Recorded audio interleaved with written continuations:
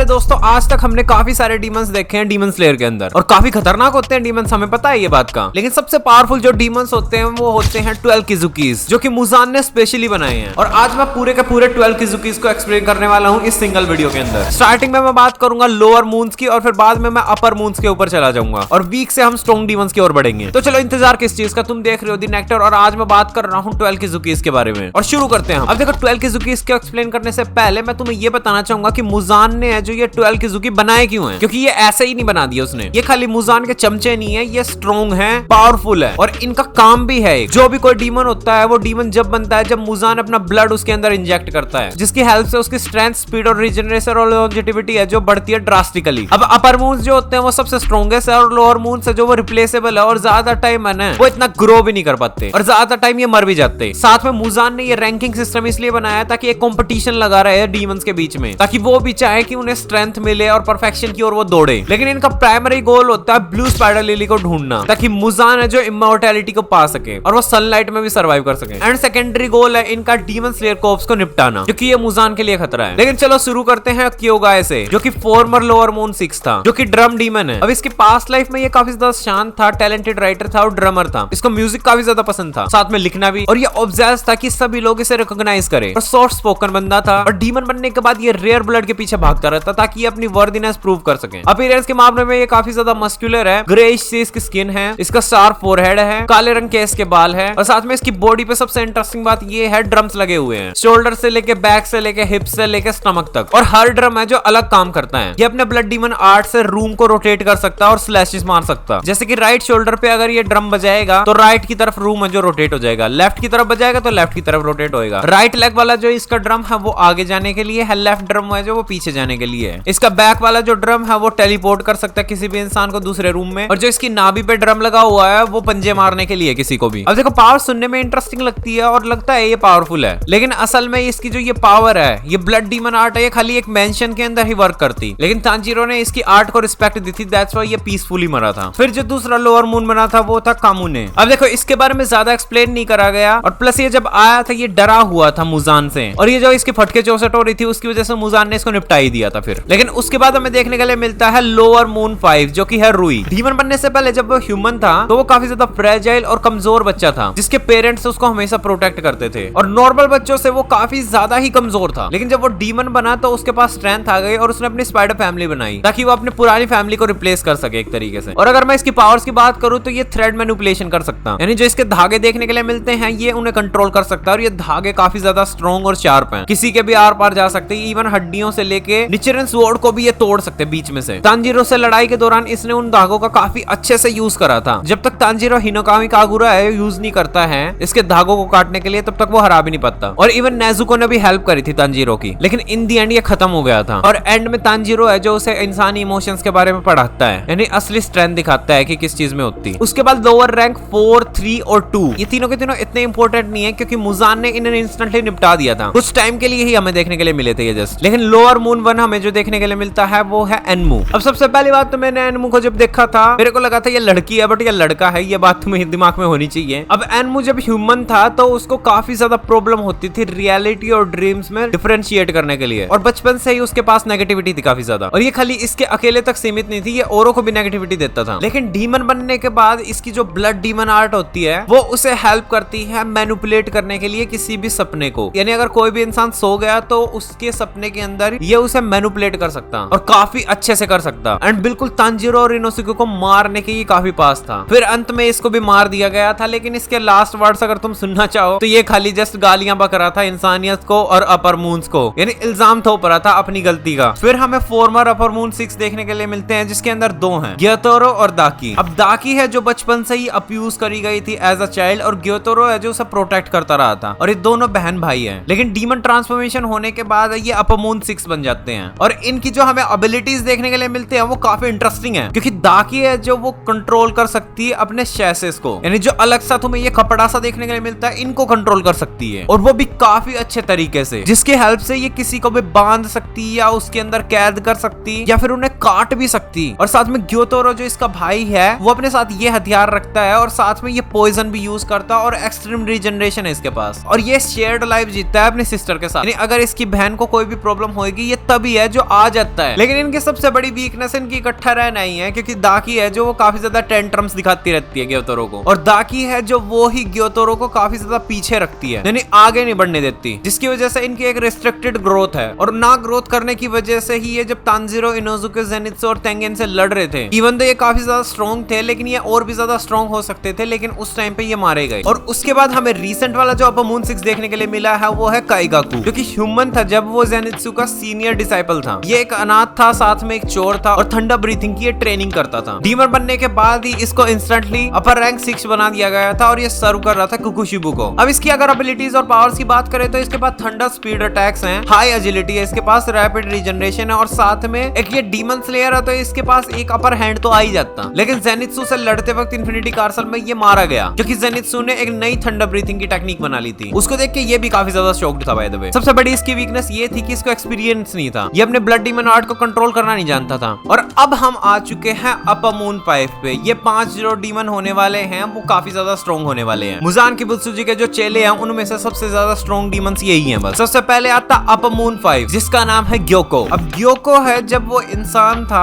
तब वो एक फिशरमैन था, एक मछुआरा था। इसको काफी ज्यादा फैसिनेशन सी थी डेथ से, जिसकी वजह से इसको एक तरीके से इसके ट्राइब में से निकाल सा दिया गया था। साथ में इसको आर्ट से भी काफी ज्यादा ऑब्सेशन थी, और डीमन बनने के बाद ये इन चीजों को यूज भी करता है, जैसे कि वो किसी भी ऑब्जेक्ट को टच करके एक मछली बना सकता, और वो अपने स्पोर्ट्स के जरिए है जो ट्रांसपोर्ट भी कर सकता, और किसी भी बंदे को ट्रैप करने के लिए एक वो वाटर प्रिजन बना सकता। लेकिन इसकी सबसे बड़ी वीकनेस ये ही है इसकी, क्योंकि ये इन चीजों पे है ना काफी ज्यादा एरोगेंट है, और ये काफी ज्यादा प्राइड लेता है एज एन आर्टिस्ट, और ओवर कॉन्फिडेंट भी है ये। और ये कुछ सोचता नहीं, कोई टैक्टिक नहीं बनाता, कोई प्लानिंग नहीं करता, एंड अल्टीमेटली इसकी वजह से ही इसका अंत हुआ था। जब ये घमंड कर रहा था तो मिस्ट हाशिरा जो होता है आके इसको निपटा देता वहां पे। इसके बाद आता अपर मून 4 हानतेंगु। जिस समय पे ये इंसान था हानतेंगु है जो काफी ज्यादा डरपोक था। इसने अपनी जिंदगी इतनी खास अच्छे तरीके से जी नहीं है, ज्यादातर ये डर में रहता था, गुस्से में रहता था, और ये जो नेगेटिव इमोशंस है इसके उन्हीं पे ये फीड करता रहता था। लेकिन डीमन बनने के बाद इसके पास जो पावर्स आई वो है मल्टीपल क्लोन्स बनाने की अपने, और हर क्लोन है वो काफी ज्यादा स्ट्रॉन्ग है। और हानतेंगु की हमें 6 फॉर्म्स देखने के लिए मिलती है, एंगर, जॉय, सोरो, प्लेजर, हेट्रेड। लेकिन सबसे मेन फॉर्म है जो इसकी वो है डर वाली फॉर्म, और जो ये सारी इसकी फॉर्म्स है वो इंडिपेंडेंट कॉन्शियसनेस रखती है, और असली हानतेंगु ढूंढना इनमें काफी ज्यादा मुश्किल हो जाता। प्लस उसके ऊपर से ये काफी ज्यादा फास्ट भी है। सबसे बड़ी वीकनेस इसकी फियर वाली फॉर्म के अंदर ही है, क्योंकि वो ट्रू बॉडी है इसकी, और वो बॉडी है जो इसकी काफी ज्यादा वल्नरेबल है और काफी कावर्ड है, और इस साइकोलॉजिकल प्रॉब्लम की वजह से ही वो मारा गया था। और उसके बाद नाकिमे बन जाती है अपर मून 4। अब नाकिमे जो ओरिजिनली जब एक इंसान थी तब वो बीवा प्लेयर थी, यानी जो वो बजाती है ना उसे बीवा कहते हैं, और वो उसे बजाना काफी ज्यादा पसंद था। लेकिन उसकी एक परफॉर्मेंस से पहले जब उसका हस्बैंड किमोनो बेच देता है उसकी वजह से वो अपने हस्बैंड को मार देती है एक हैमर से, और उसको मारने के बाद इसके अंदर काफी ज्यादा एड्रेनलिन आ जाता है, और उसके अंदर एक हैबिट बन जाती है हर परफॉर्मेंस से पहले किसी को मारने की। इवेंचुअली मुजान उसको ढूंढ लेता है और एक डीमन बना देता है। फिर अब नाकिमे है जो वो काफी इंपॉर्टेंट रोल प्ले करती है इन्फिनिटी कार्सल के अंदर, क्योंकि इन्फिनिटी कार्सल है जो उसके अंदर पूरे का पूरा जो स्ट्रक्चर है वो नाकिमे के ही हाथ में है। वो किसी भी रूम को रीअरेंज कर सकती है इंस्टेंटली खाली अपना बीवा बजा के, वो ट्रैप बना सकती है, आइसोलेट कर सकती है अपने एनिमीज को, और पूरा ह्यूमन चेस बोर्ड सा लगता है इसका जो ये प्लेग्राउंड होता। हर पीस को ये जहां चाहे वहां ट्रांसफर कर सकती है। इवन तो इतनी ज्यादा पावरफुल तुम्हें लग रही होगी नाकिमे, लेकिन वो वल्नरेबल है, बिकॉज़ वो फिजिकली अपने आप को नहीं बचा सकती। उसके बाद आता अपर मून 3 यानी अकाजा। अकाजा जब इंसान था उसका नाम था हकुजी, जिसकी लाइफ में काफी ज्यादा स्ट्रगल थे। वो काफी ज्यादा गरीब था, इस वजह से वो चोरी करता था, और उसकी वजह से उसको पीटा जाता था। वो चोरी इसलिए करता था ताकि वो अपने पिताजी की मदद कर सके। वो काफी ज्यादा बीमार रहते थे, लेकिन इन द एंड वो अपने आप को मार लेते हैं, और अकाजा को कहते हैं वो कि एक अच्छी जिंदगी जीना। फिर अकाजा को एक डोजो मास्टर है जो ले जाता अपने साथ और अपनी बेटी से मिलाता, जिसकी उसे केयर करनी होती, वो भी काफी ज्यादा बीमार रहती। अकाजा ये करने में काफी ज्यादा अच्छा होता, तो वो उसकी मदद करता है ऑब्वियसली, और इन द एंड इन दोनों के बीच में प्यार हो जाता। लेकिन फिर राइवल डोजो वाले जो होते हैं वो उसकी फैमिली को निपटा देते पूरी, जो उसकी नई फैमिली बनी होती, जो डोजो मास्टर होता और उसकी बेटी होती, दोनों को मार देते वो उनके कुएं में जहर डाल के। उसके बाद वो दूसरे डोजो के अंदर जाके वहां पे काफी सारे बंदों को मारता है, और रास्ते में फिर उसे मिलता है मुजान, और मुजान जो होता है उससे पूछता है क्या तू डीमन बनना चाहेगा, और वो काफी ज्यादा परेशान होता है, साथ में गुस्सा तो उसके अंदर भरा होता तो वो हाँ कर देता। तो मुजान उसके सर के अंदर हाथ मार देता है, जिसकी वजह से अकाजा की मेमोरीज चली जाती, लेकिन उसे डीमन की पावर मिल जाती। जैसे वो एक क्लोज रेंज मार्शल आर्ट में काफी ज्यादा एक्सपर्ट होता और उसके एक सिंगल स्ट्राइक जो होता वो हड्डियों से लेके इंसान को भी खत्म कर सकता। इसके पास एक्सट्रीम स्पीड होती, साथ में रीजनरेशन तो है इसके साथ, और कॉम्बैट सेंस भी है इसके पास। इंस्टेंटली प्रेडिक्ट कर सकता है ये अपने ओपोनेंट की मूवमेंट्स को। और जो इसका ब्लड डीमन आर्ट होता वो इसकी टेक्निक्स पे ही बेस्ड होता, यानी जो इसकी फाइटिंग स्टाइल होता उस पे बेस्ड। लेकिन इन दी एंड इसके जो इमोशंस होते हैं वो इसको मार देते हैं, और ये जिससे प्यार करता था उसकी बाहों में ही अपने दम तोड़ देता। इसके बाद आता अपर मून 2 जो की है डोमा। डोमा जब इंसान था वो एक कल्ट लीडर बन जाता है, लेकिन वो बनना नहीं चाहता था क्योंकि वो बच्चा था, उसे तो पता भी नहीं था, लेकिन उसे बना देते हैं लोग। और वो काफी ज्यादा करिस्मेटिक था, सुंदर था, और डोमा जो है इजीली फॉलोअर्स को मैनिपुलेट भी करना स्टार्ट कर देता, उन्हें फेक प्रोमिसेस देता एनलाइटमेंट के, और ये काफी सारे बंदों को फिर मारना स्टार्ट कर देता, वो भी रिचुअलिस्टिकली, और उन्हें पता भी नहीं चलता। डोमा जब 20 साल का होता है वो मुजान से मिलता है, और मुजान जो होता है उसे डीमन बना देता। अब ऐसा कुछ स्पेसिफिक नहीं बताया गया कि मुजान को डोमा में क्यों इंटरेस्ट था, शायद उसके अंदर जो सैडिज्म था वो उसे पसंद आया था। बाकी हाँ, अगर इसकी पावर्स की बात करें तो वो आइस से रिलेटेड है काफी ज्यादा। अगर इसको कोई जहर देगा तो ये अपनी बॉडी को है जो फ्रीज कर लेगा और अपना ब्लड फ्लो भी रोक सकता। साथ में सुपर ह्यूमन स्ट्रेंथ और रीजनरेशन तो ऑब्वियसली इसके पास है, जिसकी वजह से ये बिल्कुल इनवल्नरेबल हो जाता, और नॉर्मल जहर है जो इस पे बिल्कुल भी काम नहीं करता। और जो ये आइस की पावर यूज करता है उसकी वजह से जो डीमन स्लेयर्स है उनकी जो सांसें हैं वो भी थोड़ी थम जाती हैं, यानी जो अपनी फाइटिंग फॉर्म्स होती वो भी यूज नहीं कर पाते अच्छे से। अब शिनोबू को इसी ने मारा था, और साथ में शिनोबू का जहर भी इसने काफी अच्छे तरीके से पचा लिया था, लेकिन इसके अंदर ये वीकनेस है कि ये इमोशंस फील नहीं कर सकता, इसे एम्पैथी भी नहीं आती किसी के प्रति। साथ में ये ओवर कॉन्फिडेंट है, और जो मैंने तुम्हें जहर बताया ना जिससे ये बच गया था, उसी जहर से ये आगे मरता है। ये जस्ट अंडर एस्टिमेट करता रहता चीजों को, दैट्स व्हाई ये ऐसा है। और अब आता है 12 किजुकी, इसमें से सबसे पावरफुल डीमन अपर मून 1 यानी कुकुशिबो। अब जब कुकुशिबो इंसान था वो योरोची का भाई था, और योरोची के बारे में तुम्हें ना पता हो तो तुम ये वीडियो जाके देख सकते हो। इसने लिटरली है जो मुजान को पेला था काफी अच्छे तरीके से। मुजान इससे डरता है, लेकिन अगर हम कुकुशिबो पे वापस आए, इसका असली नाम है मिचिकात्सु। वो अपने ट्विन ब्रदर योरोची जो कि सन ब्रीथिंग का क्रिएटर है उससे काफी ज्यादा चिढ़ता है। साथ में वो ऑब्सेस्ड भी है योरोची को सरपास करने के लिए, और उसी को सरपास करने के लिए वो डीमन भी बनता है, जिसकी वजह से ऑब्वियसली उसे इमॉर्टैलिटी और पावर मिलती है। अगर पावर्स की बात करें तो इसकी स्वॉर्ड मास्टरी है काफी अच्छी। ये मून ब्रीथिंग को यूज करता है। इसके पास लड़ने के लिए मल्टीपल ब्लेड के फॉर्म्स हैं, साथ में एक्सट्रीम स्पीड और एजिलिटी तो ऑब्वियसली है, और रीजनरेशन और ड्यूरेबिलिटी तो है। और कुकुशिबो ही सेकंड स्ट्रॉन्गेस्ट डीमन है मुजान के बाद, और मुजान है जो कुकुशिबो को एज ए बिजनेस पार्टनर की तरह देखता है, ना कि एज ए अपने लॉयल सर्वेंट की तरह। ज्यादा टाइम है वो शेयर्ड गोल ही रखता है उसके साथ। कुकुशिबो की सबसे बड़ी वीकनेस जो हमें देखने के लिए मिलती है वो है उसका इंफीरियोरिटी कॉम्प्लेक्स, और साथ में उसके अंदर काफी ज्यादा रिग्रेट भी है योरोची के प्रति जो कि उसका भाई था, और यही चीजों की वजह से वो हारता भी है एंड में। यही थे बस सारे 12 किजुकीज जो हमें देखने के लिए मिले हैं डीमन स्लेयर के अंदर। तुम्हारा फेवरेट डीमन कौन सा इनमें से मेरे को कमेंट सेक्शन के अंदर बताना, मैं जानना पसंद करूंगा। पर्सनली मेरा फेवरेट है जो वो है डोमा, क्योंकि ये काफी यूनिक सा लगता है, और साथ में इसका जो चिल सा नेचर देखने के लिए मिलता है ना डीमन स्लेयर के अंदर, वो मेरे को काफी ज्यादा मस्त लगता, हॉन्टिंग भी लगता और इंटरेस्टिंग भी लगता। बाकी इस वीडियो को लाइक मार देना अगर जो तुम्हें ये वीडियो पसंद आई हो, तो सब्सक्राइब मार देना ताकि तुम्हें और भी वीडियोस देखते रहने के लिए मिले। तुम लोग देख रहे थे